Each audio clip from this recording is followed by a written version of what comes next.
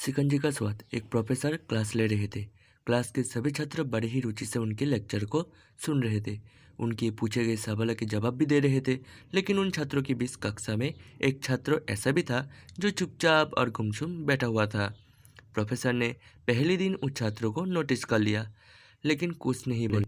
लेकिन जब 4 से 5 दिन तक ऐसा ही चला तो उन्होंने उस छात्रों को क्लास के बाद अपने केबिन में बुलाया और पूछा, तुम हर समय उदास रहते हो, क्लास में अकेले और चुपचाप बैठे रहते हो, लेक्चर पर भी ध्यान नहीं देते, क्या बात है, कुछ परेशानी है क्या?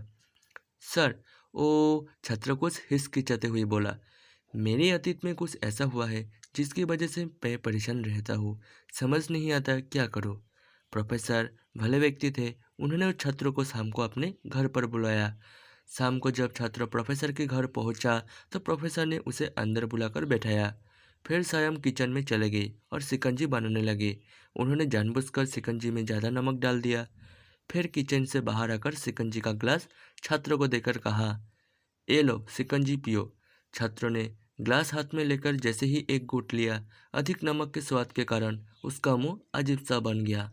ये देखकर प्रोफेसर ने पूछा, क्या हुआ, शिकंजी पसंद नहीं आई? नहीं सर, ऐसा बात नहीं है, बस शिकंजी में नमक थोड़ा ज़्यादा है, छात्र बोला। अरे, अब तो ये बेकार हो गया, लाओ ग्लास मुझे दो, मैं इसे फेंक देता हूँ।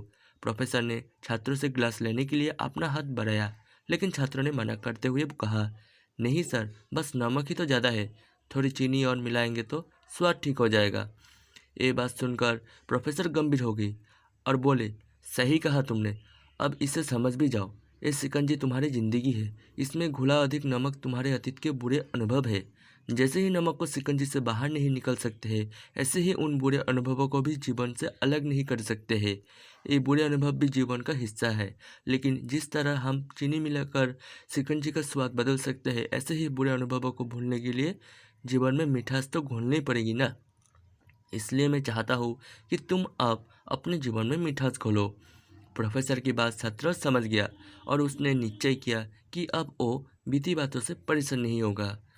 जीवन में अक्सर हम अतीत की बुरी यादों और अनुभवों को याद कर दुखी होते रहते हैं। इस तरह हम अपने वर्तमान पर ध्यान नहीं दे पाते हैं और कहीं ना कहीं अपना भविष्य बिगाड़ लेते हैं।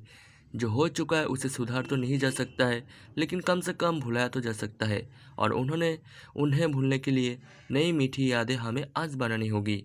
जीवन में मीठे और खुशनुमा लम्हों को लाई, तभी तो जीवन में मिठास आएगी ना। धन्यवाद।